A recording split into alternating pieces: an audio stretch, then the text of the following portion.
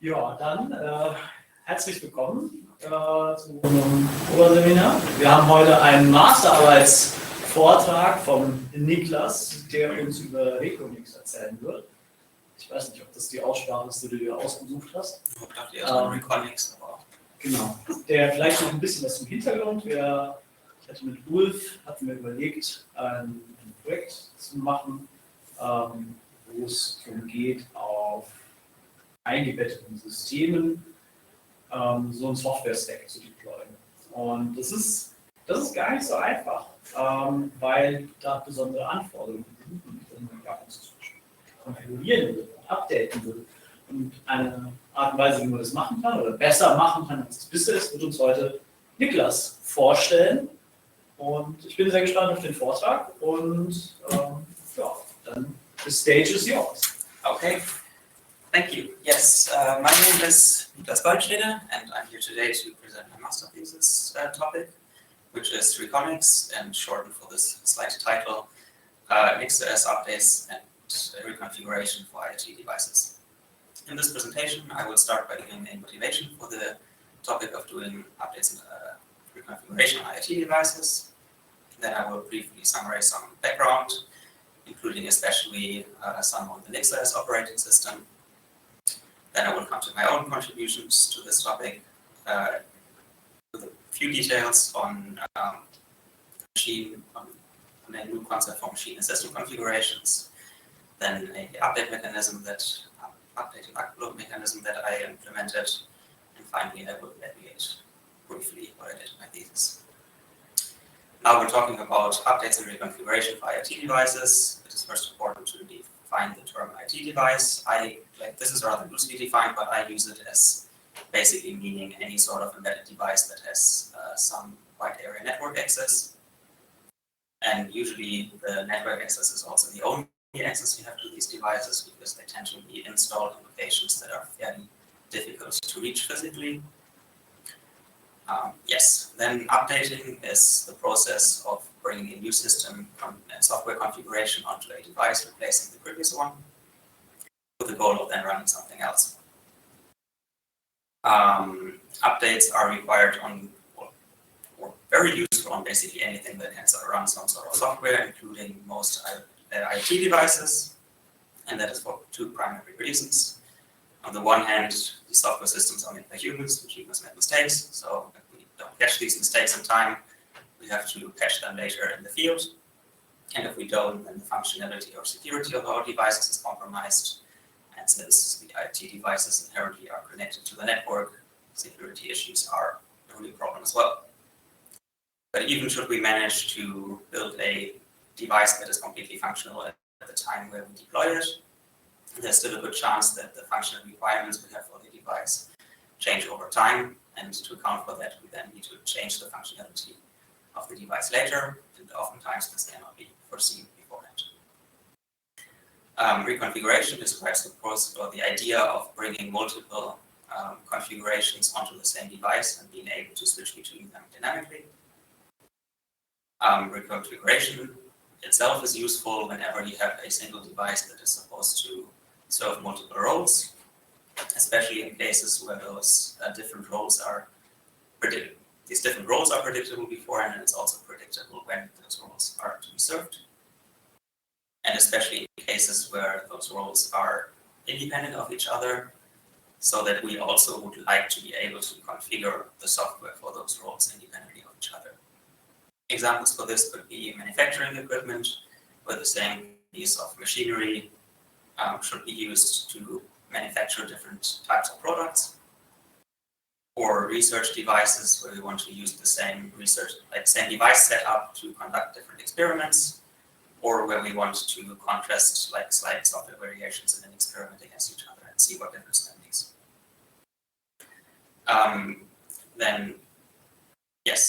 As Christian already said, applying updates to IoT devices is not quite that simple. If you do it like the basic way, you would usually do it on desktop and server devices, then that is rather risky, because you have something like update and your power cuts, or you run out of space on your boot partition and it refuses to install the new kernel.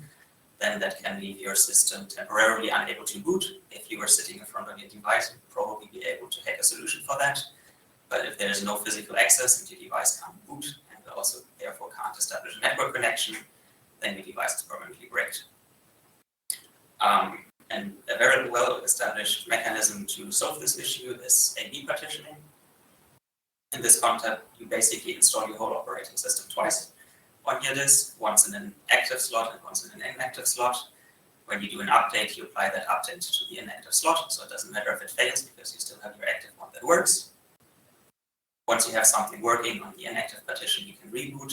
That reboot succeeds into the inactive partition, you mark that one as active, and then resume from there.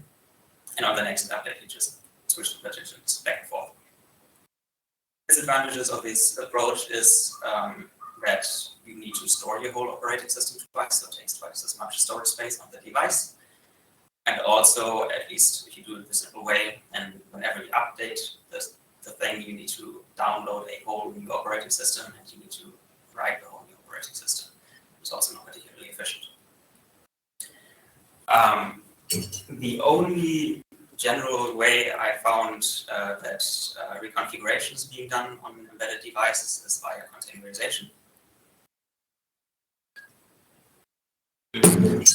Containerization is a software deployment mechanism where you bundle all the dependencies of an application into one bundle, then ship that bundle up to the devices where the software is supposed to run, and they're just being executed in an isolated environment.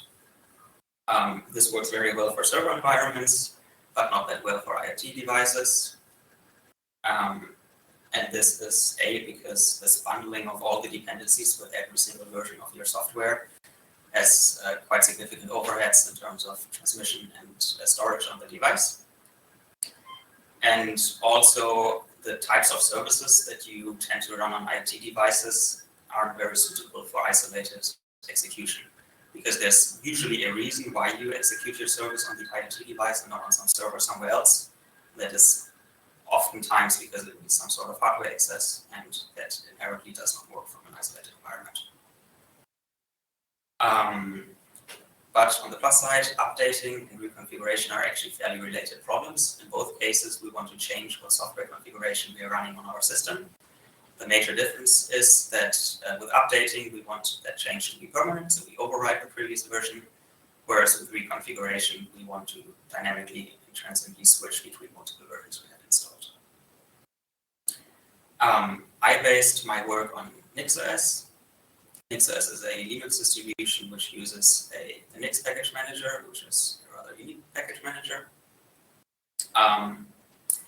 The Nix package manager has its own configuration language, and in this configuration language is comparatively easy to declare very complex, if you want to, operating system setups in static configuration files. When Nix evaluates these configuration files, it will deterministically assess which components your target system needs. It will then give all these components unique names depending on how they are configured. And it will automatically detect the dependency graph between these components. Nix stores all the components you need for your system in a global directory, which is read-only, and all those separate components are stored in there. This allows Nix to reuse these components when it notices that a new build uses the same component for something that previous build did, and only needs to build new components when something is missing from the store. Bottom line, that means that a NixOS system can store multiple system configurations side by side, and these system configurations can be built reproducibly from the same or from declarative configurations. This is pretty nice for IoT devices, but there are also some shortcomings of NixOS in this context. And that is, for starters, that the NixOS installation process is actually usually a manual process, and the most common alternative to that is that you use predefined system images, which already predefine this, partitions and stuff like that. So that's not very flexible. Then also the NixOS installation size is quite normal for a desktop or server operating system, but pretty large for an IoT device. Then the configuration, like the Nix configuration language, lets you do incredibly complex or flexible configurations. Unfortunately, writing these configurations can also get very complex. Yes, due to the way that Nix stores its packages and that these packages reference each other, as we will see later,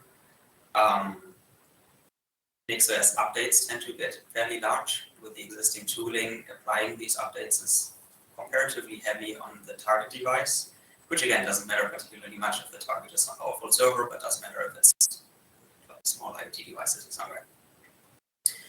And finally, even though everything else in NixOS is built deterministically as Nix builds, this does not apply to the bootloader configuration. And partially as a consequence of that, there are chances that changing the bootloader configuration could actually go wrong if it gets interrupted halfway through. And then you are again in a situation where your device doesn't boot and you're in trouble. Now, my contributions of my thesis directly address these issues. For the configuration, for the installation, I added additional configuration options to the NixOS configuration system and a lot of bash scripting, which is able to execute fairly flexible system installations. And just with a single command derived based on the configuration of your device. Then to address the large installation size, I went ahead and looked in a lot of detail into the default NixOS installation, basically stripped out everything that is not strictly required on a embedded device. To make the configuration of NixOS devices somewhat more simple, especially in cases where you want to have more than one configuration on the same device.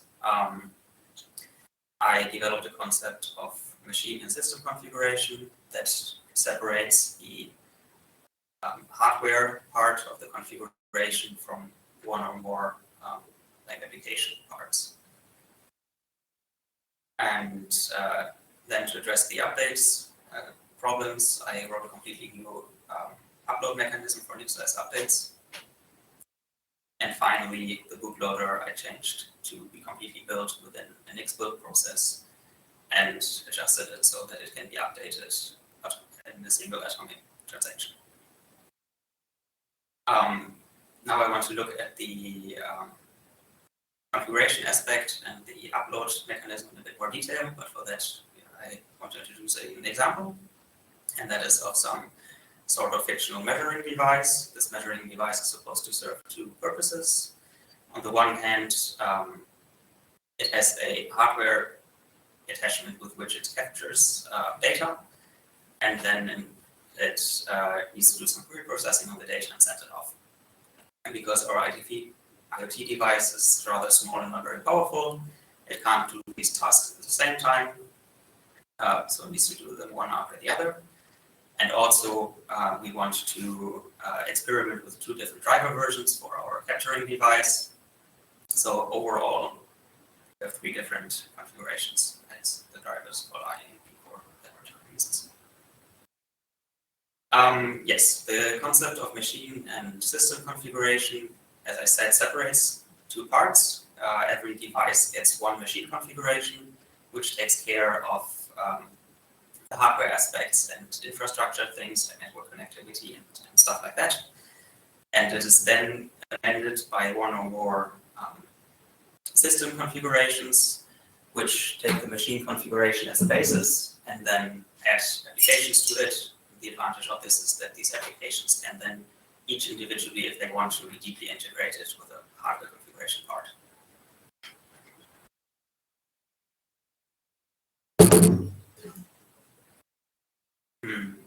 For our example system, we therefore have one machine configuration and three system configurations, one for each of the different hardware drivers for our capturing device, and a third one to send off the data. In code, this can look, for example, like this. Usually we'll split this into different files. Up top, we have the machine configuration, which, as I said, does infrastructure setup. Then we have two different versions of the system configuration, which load the different drivers, and then define a service that starts the capturing software on our capturing device. And finally, the transfer configuration defines the transfer service based on the transfer software and opens a TCP port so that the service can be accessed externally. Yes, now we mentioned that we want to apply an update to our capturing software by adding an additional patch to it. In NixOS, we never do this by modifying an existing and running system. Instead, what we do is we modify the configuration and rebuild the system and then change from one build to the other. The application of the additional patch looks something like that, especially the line in the center, just adds a new patch to the system build, to the build of that software component, and otherwise leaves the embedding of the system the same. Now, before it makes sense to look at the update mechanism itself, here is the dependency graph of the system. Each box is one component that is stored in the Nix store. As a top level, we have the three system configurations we defined, A and B with the different driver versions, which also reference those drivers then. And the system configurations A and B also each reference the capturing service and then reference the capturing software. And then we have the third, the transfer device. And also, of course, all of these systems actually consist of a lot more stuff that doesn't fit on the slide and also is relevant. Now, if we go ahead and apply the modification to the capturing software, that results in a different build of the capturing software, which in turn modifies the service that references the capturing software, which in turn then necessarily modifies our system A, if we only apply that to system A. And if we additionally apply the change of the capturing software also to system B, then the same change propagates into system B. And quite significantly, the previous capturing software is no longer referenced. So when we apply the update, we can remove that. Yes, as I said, in Nix, you never modify anything that is existing. What you do instead is you transfer in or create new components. And once everything works, you can delete the old ones. The tools that NixOS comes with to do this have the disadvantage that they are rather work-heavy on the target device and that they transfer whole components.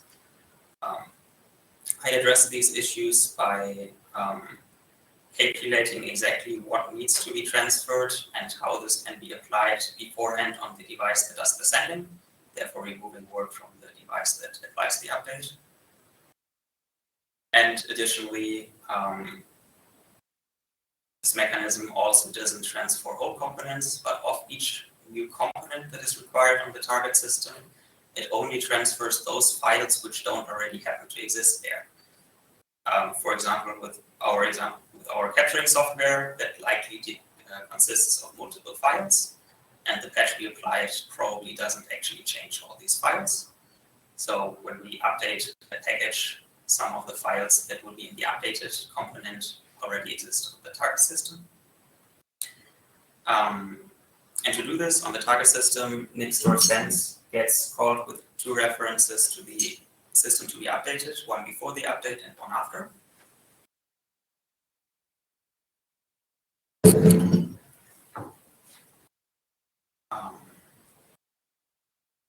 Yes, it then indexes, goes through all the components in these systems and indexes all the files based on their content hash. And it knows all these files because Nix can do reproductive builds. So even if you discarded the build in between, you can just rebuild the previous system, rebuild the new system, and you have all the files even for the update locally on the sending device. That means that the sender can deduct and then only send over all those files which need to exist in the after update configuration and don't exist yet in the state of the device before the update. In addition to the new files, the sender also sends over fairly detailed yet still compactly packed instructions for how to install the update on the target device. And with that, I think it's from the evaluation of my work. Unfortunately, the Nix store center implementation is not a problem of the implementation. The concept is not quite as efficient as I initially hoped. While it is able to actually reuse, like for a realistic update setting, it is able to reuse about 2/3 of the files that are in the new components that need to be transferred. But unfortunately, those files that can be reused tend to be the smaller ones. So overall, only about 1/3 of the data is being reused. The main reason for that is that these individual components which are stored in the Nix store, they all have unique names. So if one component changes, its name changes, which means that all components that reference the component by the path of it being stored in the files of that component, all those files also changes somewhere internally. So a more efficient implementation of an update mechanism should transfer the packages to an even finer granularity than files, preferably separating the references to packages from the rest of the files. Because for many updates, it's likely that a lot of the rest of the file didn't actually change. On the plus side, basically all the other components I implemented, I think, work quite well as expected. The automatic installation mechanism I used for all my automated testing on this, and I've also used that to deploy my private NixOS devices, and so far works great. With my minifications applied, NixOS is really no larger or even smaller than competing operating systems for IoT devices. That removed like 85% of the overall installation size, without really sacrificing much functionality. And then on the bootloader side, as I said, the new bootloader is built intimately in Nix, and it can be applied, like updates to it can be applied atomically, and all that works with actually pretty little overhead, especially if you compare that with a situation where you just plain out install your whole operating system twice. Overall, I would say that with my reCoNix modifications applied, NixOS is actually a fairly suitable operating system for IoT devices. And with that, I say thank you for your attention. And questions, please.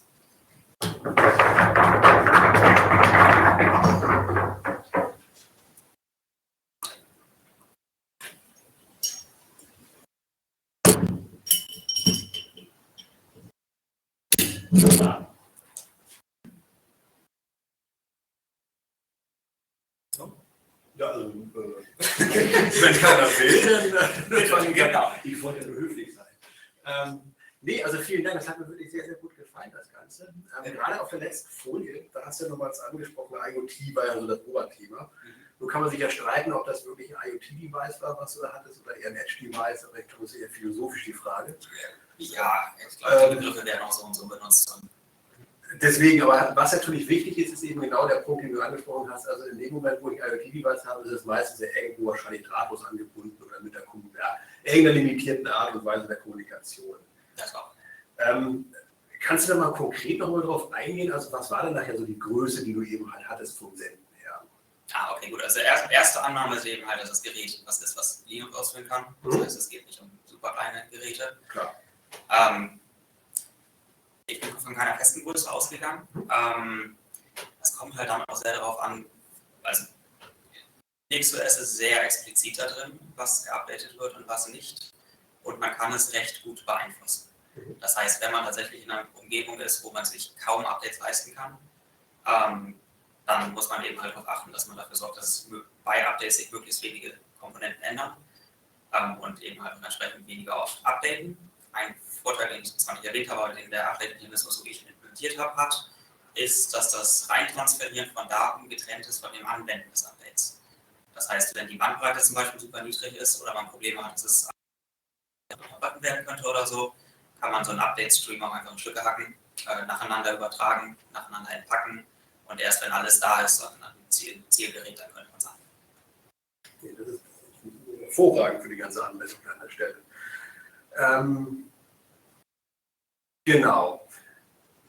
Hattest du geguckt eben halt, wenn ich jetzt, du hast gesagt, du kannst es ja konfigurieren, wie du willst im Grunde genommen. Also kannst du sagen, mal mehr oder mal weniger Update, das hängt ja von der Anwendung selber immer so ab. Was waren denn so deine Erfahrungen? Über welche Daten oder welche Größe reden wir denn da? Okay. Tatsächlich, ich habe es eben schon erwähnt, Nix speichert die verschiedenen Komponenten alle nebeneinander und die Komponenten haben abhängig davon, was die Bildinstruktionen für die Komponenten waren, einzigartige Namen. Und es bildet dann diesen Abhängigkeitsgraphen und das Problem ist, wenn sich eine Abhängigkeit ganz weit unten ändert, ändern sich zwangsläufig auch alle Pakete, die davon abhängig sind, weil die eben halt in sich drin intern gespeichert in Bildinstruktionen den Pfad zu dieser Abhängigkeit haben. Das sorgt für die interessante Situation teilweise, dass eben halt, selbst wenn man ein Update macht, was faktisch nichts ändert, kann sich relativ viel an dem System ändern. Ich habe das in der Thesis mit einem Update ausprobiert, da hat sich dann tatsächlich irgendwie, ich glaube, 70% oder so der Übertragungsgröße an Dateien geändert. Aber innerhalb dieser Dateien ist das eben halt jeweils bloß die einzelne Referenz darauf. Das heißt, wenn man einen effizienteren Transfermechanismus noch hat, der eben halt diese Referenzen extrahiert aus den Dateien, dann wären die Updates relativ klein. Gleichzeitig, wie ich gesagt habe, kann man es eben halt aber auch vermeiden, diese tief verwurzelten Dependencies zu updaten. Nee, das wäre jetzt sehr spannend. Danke. Dazu hätte ich nur eine Frage. Also überträgt er, wenn sich in der Datei eine Referenz auf eine andere ändert, immer die gesamte Datei neu? In meiner Implementierung wird jetzt die gesamte Datei übertragen. So wie NixOS das standardmäßig macht, wird tatsächlich sogar die gesamte Komponente, was ungefähr so gleich ist wie ein gesamtes Paket mit einem anderen Package Manager, neu übertragen. Was tatsächlich dafür sorgt, dass NixOS eher viel Datenvolumen braucht. Wenn du sie mal im Desktop benutzt, dann ist das bestimmt mehr als zum Beispiel bei einem Ubuntu oder sowas, was du halt Daten überträgst. Wenn ich mir jetzt überlege, dass sich jetzt in irgendeiner Datei irgendwie der Text von der Versionsnummer ändert, dann können wir ja mit dem Diff übertragen noch ein bisschen ersparen. Richtig, genau. Das ist auch tatsächlich was sogar in der ursprünglichen Thesis von 2006 oder was, wo NixOS präsentiert wurde, erwähnt wurde, dass differenzielles Übertragen deutlich effizienter ist. Aber das wird noch nicht so gemacht, oder? Erstaunlicherweise nicht. Ich glaube wahrscheinlich, dass es einfach der Gang der Dinge war, dass eben halt Bandbreiten so hochgegangen sind, dass es für die meisten Anwendungsfälle halt einfach nicht relevant ist. Also wir bewegen uns ja halt immer noch nicht in dem Bereich, dass du mehrere Gigabyte pro Tag unterlädst. Das ist halt, keine Ahnung, über ein Jahr hinweg vielleicht mit einem Ubuntu-System hättest du irgendwie 10 Gigabyte an Updates und mit NixOS mögen es 25 sein oder so. Das ist in den meisten Fällen halt einfach noch im irrelevanten Bereich, nur eben halt in diesem Spezialfall, wo man Geräte hat, die eben halt wirklich eingeschränkte Bandbreiten haben können, da wird es eben halt relevant. Insofern ist da, glaube ich, nicht viel Entwicklungsschweiß reingegangen. Ja, man könnte nur theoretisch was raus. Da könnte man was rausholen, ja. Jetzt ist es ja so, dass die Art und Weise, wie Nix diese Komponenten, also diese Pakete speichert, ja ganz anders ist als bei einem normalen Linux. Diese ganze Software ist ja darauf ausgelegt, dass sie so diese Linux-Standard-Hierarchy hat. So wie ich das verstanden habe, muss Nix beim Booten sich so ein ETC erzeugen. Also die Konfigurationsdatei nochmal irgendwie zusammenklöppeln für eine komplette Systemkonfiguration, weil Software spezielle Pfade erwartet. Wie viel länger dauert das, als wenn ich ein normales Linux starte? Also ist das irgendwie relevant? Was muss da alles geschehen? Genau. Also es ist relativ wenig, was da selbst im Standardmechanismus passiert, weil das meiste von diesem ETC-Baum, der wird zwar tatsächlich beim Booten, also es gibt zwei verschiedene Möglichkeiten letzten Endes. Also du kannst auch einen konstanten ETC-Baum haben. Das geht bloß prinzipiell gegen die Philosophie von NixOS. NixOS' Idee ist eben halt, dass das gesamte System aus der Konfiguration heraus gebaut werden kann. Wenn du persistente, nicht Nix gemanagte Dateien in ETC drin hast, dann ist eben halt nicht mehr dein gesamtes System in der Konfiguration drin. Das heißt, oftmals, wenn man ein NixOS-System aufbaut, macht man es eben halt bewusst so, dass ETC auf einem temporären Dateisystem liegt. Das heißt, es wird eben halt bewusst weggeworfen, wenn wir neu starten. Und während des Neustarts ist das, was hauptsächlich passiert, dass ganz viele Symlinks von ETC ausgestellt werden auf Dateien. Die meisten Dateien an sich werden nicht während des Bootens erstellt. Das Erstellen von Dateien ist beschränkt auf relativ wenige, sowas wie Users, wie ETC, wie Password und Shadow und die Dinger. Die werden standardmäßig dynamisch erstellt, weil NixOS es einem erlauben will, dass man über die Kommandozeile neue User erstellt. Kann man aber auch gut lassen. Und das ist eben halt auch eine der Optimierungen, die ich gemacht habe, um die Installationsgröße runterzudrücken. Die Skripte, die eben halt etc. erstellen beim Booten, die sind relativ groß. Da wird eben halt Perl benutzt oder was auch immer. Genau, das wollte ich halt loswerden. Das heißt, was ich gemacht habe, ist, ich habe mir eben halt angeguckt, okay, das ist eben halt nur eine Handvoll Dateien drin in etc., die tatsächlich neu gebaut werden müssen. Können wir die nicht auch vorher schon bauen? Ja, ging. Und dann, was jetzt passiert beim Booten von meinem System, ist, es wird eben halt einfach wirklich ein einziger Symlink oder Bindmount erstellt von etc. auf irgendein Objekt im NixStore drin und fertig ist die Nummer. Also das geht dann sehr schnell. So, prinzipiell, wenn einem das wichtig ist, diese vielleicht 1,5 Sekunden, die das normalerweise beim Boot mehr dauert, dann könnte man das auch auf anderen Systemen anwenden.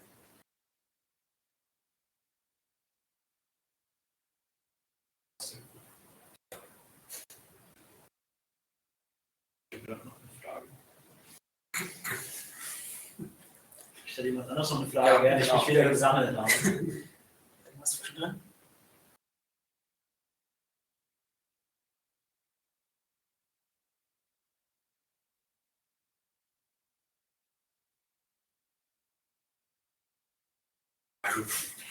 Jetzt weiß ich es. Okay. Dadurch, dass wir jetzt ja quasi diesen NixStore wie so ein Sea of Packages verwenden, ist es ja so, dass alles, was potenziell differenziert werden können, gleichzeitig sichtbar ist. Das erhöht ja irgendwie die Angriffsfläche von diesem System, wenn man denn mal da ist. Also die meisten Komponenten sind nicht aktiv, die liegen auf der Platte rum. Aber die anderen Sachen sind ja auch irgendwie da und können referenziert werden. Ich habe einen Haufen Binaries rum, die du für als Jump Locations oder sowas oder so also wie würdest du das einschätzen? Ist es eine relevante Frage? Sollte man da Zeit investieren, die unsichtbar zu machen? Genau, also ich meine, man könnte sowas halt machen, irgendwie über Bindmounts und sowas. Also letzten Endes, wenn so ein NixOS-System, also zumindest die Baseline NixOS-Systeme, die ich hatte, die hatten dann am Ende irgendwie so 320 NixStore-Komponenten. Die könnte man prinzipiell auch irgendwie alle Bindmounten, das wird ja schon gehen. Und eben halt das Dateisystem, auf dem der NixStore an sich liegt, sozusagen anmounten oder sowas. Aber letzten Endes die Namen, die Komponenten haben, haben eben halt alle einen 40-stelligen Hash drin. Wenn du diese Hashes nicht weißt, ist es also schon ziemlich schwer, die Dinger zu erraten. Das heißt, wenn der NixStore einfach als nicht iterierbar ist für den entsprechenden Nutzer, dann ist das Problem, glaube ich, schon weitestgehend gelöst. Natürlich kann man zum Beispiel, also wenn die Konfiguration für das System öffentlich ist, dann kommst du natürlich dran. Und andererseits beim normalen NixOS-System sind die meisten Pakete auch runtergeladen aus bewusst so, dass sie identisch sind zwischen verschiedenen Paketen, zwischen verschiedenen Systemen, sodass es binären Cache geben kann, von dem aus man die Pakete runterladen kann. In dem Fall könnt ihr mir vorstellen, dass das schon irgendwie den Tech-Service erhöht. Was ein bisschen vielleicht dem auch entgegenwirkt, ist, dadurch, dass du in NixOS alles deklarativ machen kannst, lädt es dazu ein, Konfigurationen sehr detailliert zu machen. Wenn du auf einem Ubuntu-System irgendwie einen Service einrichtest, dann weißt du, dass du das wahrscheinlich irgendwie bald nochmal wieder auf einem anderen System machen musst und so weiter. Ich sag mal, steckst da nicht so viel Mühe rein. Auf dem NixOS-System weißt du, wenn du das einmal vernünftig konfiguriert hast, kannst du diese Konfiguration auf beliebig viele Systeme übertragen. Das heißt, viele der zum Beispiel System-Service-Definitionen sind ziemlich zugenagelt, dass die eben halt zum Beispiel Private Users benutzen und nur bestimmte Teile des Virtual File Systems eben halt den Service bieten und so weiter und so fort. Und das wiederum zum Beispiel reduziert den Tech-Service. Die ursprüngliche Frage war. Doch, mit dem nicht iterierbar und dann ist der NixStore ja auch read-only, dann ist es ja auch für Root nicht iterierbar. Das ist ja, weiß ich, doch Ja, ich meine, Root normalerweise, wenn du nicht SE Linux benutzt oder so, dann kann Root ja auf alles zugreifen. Also einfach mal ehrlich, sobald irgendwas als Root läuft, hast du halt meistens nicht mehr so viele Chancen. Ja. Kann ich damit auch mehrere Maschinen, ich meine, ich habe ja jetzt so IoT, ne? Also ich habe jetzt einen ganzen Arsch voll Geräte da draußen, sind auch unterschiedliche Geräte, kann ich dann auch alle aus dem gleichen, in Ja. der gleichen Konfiguration verwalten. Das Genau, also ich kann nicht nur ein einzelnes System verwalten, sondern kann ich damit auch NixOS alle hat meine ein Systeme. modulbasiertes Konfigurationssystem. Das heißt, du kannst prinzipiell, wenn mehrere Geräte die gleichen Services benutzen, dann packst du die eben halt nicht separat an möglichen Files, sondern packst die eben halt in eine Moduldatei und aktivierst dieses Modul von allen Geräten, in denen das aktiv sein soll. Also im Wesentlichen, Nix ist eine complete Sprache.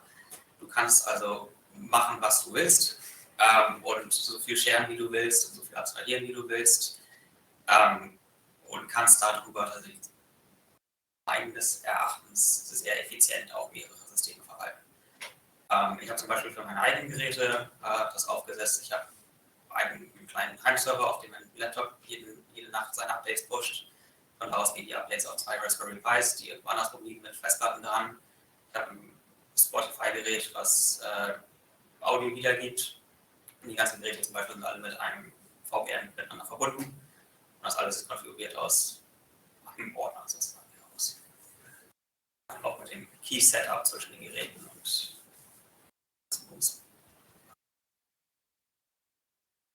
das wäre sehr gut geeignet für genau diesen Anwendungsfall. Ich habe viele Geräte, die eben halt hauptsächlich gleich sind, aber eben halt individuelle Unterschiede schon haben können.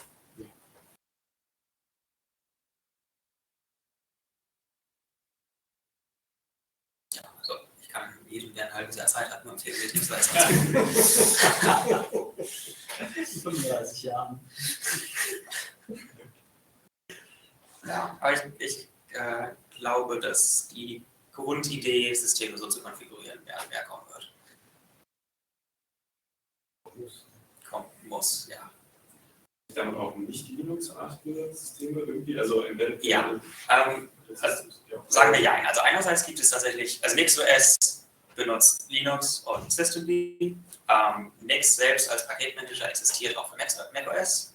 Du kannst aus Nix heraus auch cross-compilen für prinzipiell alles, wofür du irgendwie einen Compiler-Toolchain findest. Ich habe auch schon Anwendungen des NixOS-Modulsystems gefunden für Fälle, wo am Ende kein NixOS-System damit gebaut wurde. Das ist also mehr oder weniger wahrscheinlich nur eine Frage, hat das schon mal wer anders gebaut oder bist du bereit, dich dem anzunehmen, eben halt ein anderes Betriebssystem damit zu bauen. Das muss quasi ein Dateinamen rauskommen. Also das Ergebnis von Nix ist immer ein Dateinamen. Das Ergebnis von Nix sind immer Nix-Store-Artefakte. Diese Store-Artefakte sind partielle Dateibäume. Die können sich halt prinzipiell gegenseitig referenzieren, aber du kannst natürlich auch einen Dateibaum bauen, der eben halt Nix extern referenziert, den du am Ende nimmst und einfach bloß auf ein Dateisystem draufschreibst und das ist dann deine Installation von was auch immer.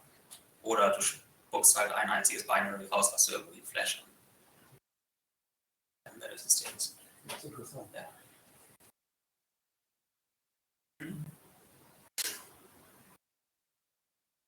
Das bedeutet halt, dass man auch auf Bare-Metal-Systemen halt das eventuell benutzt. Ich meine, wenn du in Richtung Bare Metal compilen kannst, dann kannst du das mit Nix machen. Ja. Also was Nix, der Paketmanager, im Wesentlichen macht, ist eben halt Dependency Management und am Ende das Deployment der Dinger. Deployment für eine Bare Metal Anwendung ist ja relativ einfach, weil du da halt ein Ding am Ende rauskriegst, was du irgendwo hinflasht.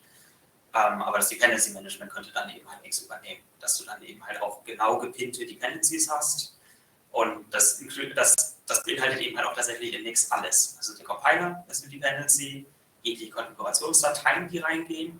Wenn du irgendwelche Konfigurationsoptionen hast, die Werte dieser Optionen sind Dependencies. Das heißt, tatsächlich ist Nix in der Lage, viele Builds tatsächlich binär reproduzierbar zu machen. Das kann man noch ein bisschen darauf anklagen, wenn ein Bildprozess irgendwie von der View random liest, dann lässt sich da wenig dran drehen, dass das nicht reproduzierbar ist am Ende. Aber wenn der Softwarebild intern sozusagen einigermaßen konsistent geschrieben ist, dann ist es oftmals so, dass du binär reproduzierbare Builds eben am Ende rauskriegst, egal auf welcher Maschine du das ausgeführt hast. Das ist auch schon ziemlich gut, würde ich sagen.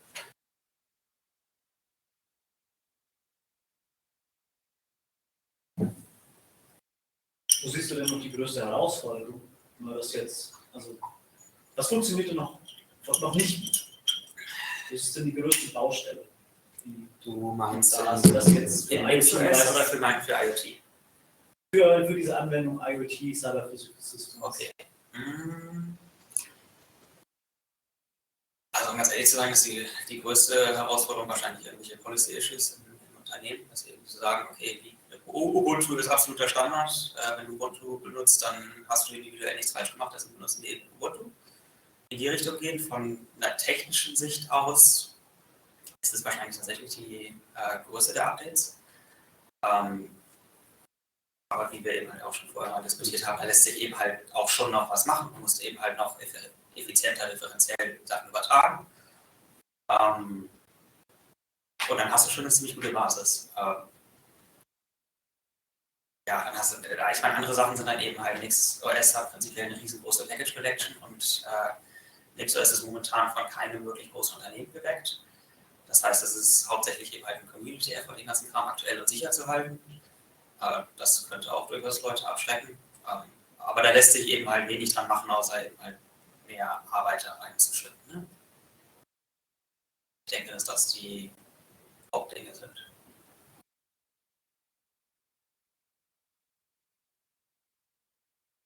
Ja, ich habe darüber nachgedacht, es würde extrem viel Sinn machen, ein Dateisystem zu bauen, das spezifisch für den Nix-Store ist, weil der Nix-Store eben halt relativ spezielle Schreibsemantik und Speichersemantik hat. Dann schreibt eben halt immer nur fertige Dateibäume da rein.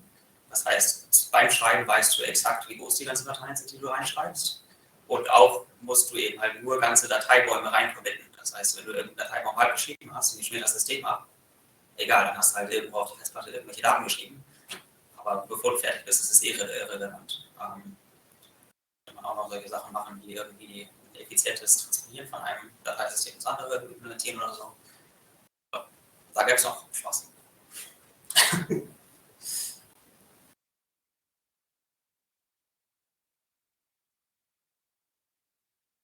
Viele weitere Fragen? Wie groß ist das System insgesamt, was du hast? Du meinst die Dateigröße? Ja, also nachher die Installationsgröße von deinem System. Kommt eben halt völlig darauf an, wie viel Applikationen du da reinpackst. Wenn du anfängst mit einem Standard-NixOS-System ohne viel Konfiguration und Applikation, dann liegst du so um 1,1 Gigabyte oder so. Und darüber, dass ich dann eben halt allen möglichen Krempel da rausgeschmissen habe, wie zum Beispiel, ich weiß nicht, wir brauchen schon Bash Completion oder solche Sachen, bist du dann bei ungefähr 150 Megabyte für die Systempartition, plus dann eben halt eine Bootpartition und ein bisschen anderer Krempel nach Belieben. Also es ist dann schon ziemlich klein, würde ich sagen. Ja, passt nicht auf deinen Router wahrscheinlich, aber andererseits bald vielleicht auch schon. Sich auch vorwärts.